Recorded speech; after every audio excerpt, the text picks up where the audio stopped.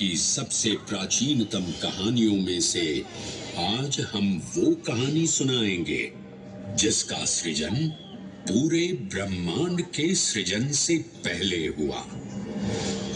तब न देव थे, न असुर, न जीव था, न जंतु, न अग्नि, न वायु, न भूमि। समष्टि के शून्य में विराजती एक शक्ति, कालातीत और कालों के नियंता।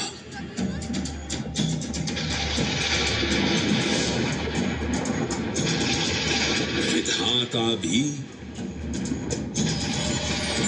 और विध्वंसक भी, अखंड, अचल, अविनाशी। ये कथा है उस महादेव के महाकाल स्वरूप की भी है और काल के आगमन भी है। वे ही काल के सृजन करता और नियंत्रण करता भी हैं।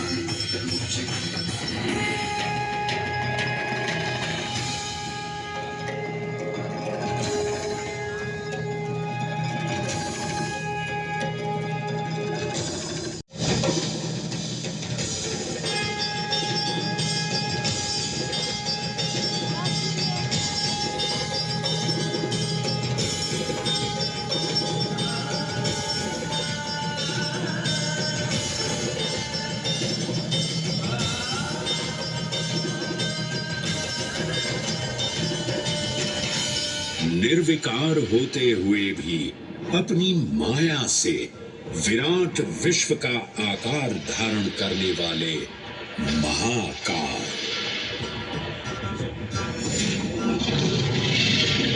मेरुगिरी को धनुष और भगवान विष्णु को बाण बना दैत्यों के 3 पुरों का नाश करने वाले महाकाल।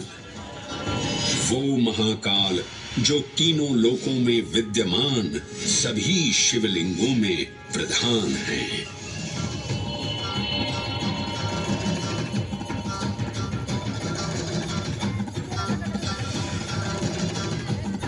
वो महाकाल जिनके त्रिशूल की तीनों नोकों से काम, क्रोध और लोभ पर नियंत्रण होता है, जिनके मस्तिष्क पर चंद्र शीतलता का प्रतीक है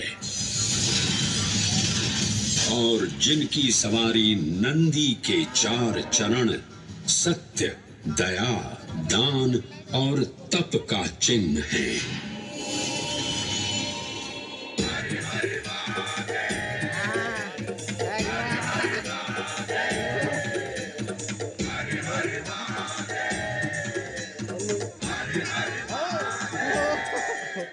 न पुण्यं न पापं न सौख्यं न दुःखं न मन्त्रं न यज्ञं अहं भोजनं भोज्यं न भोक्ता चिदानन्दरूपः शिवोऽहं शिवोऽहम्।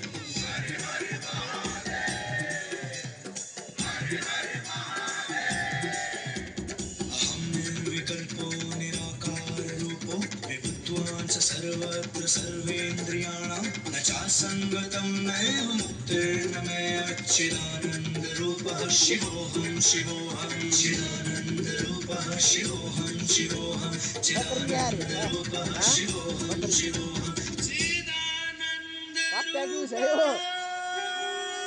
तीन देख तू, तीन देख। वराह पुराण में कहा गया है, नाभिदेशे महाकालस्तन्नाम्ना तत्र वै हरः, अर्थात नाभिदेश उज्जैन में स्थित भगवान महाकालेश्वर तीनों लोकों में पूजनीय हैं। आकाशे तारकाम लिंगम पाताले हाटकेश्वरम मृत्युलोके महाकालम सर्वलिंगम नमोस्तुते। आकाश में तारक लिंग के रूप में, पाताल में हाटकेश्वर के रूप में और मृत्युलोक में महाकाल के रूप में स्थित भगवान शिव को प्रणाम।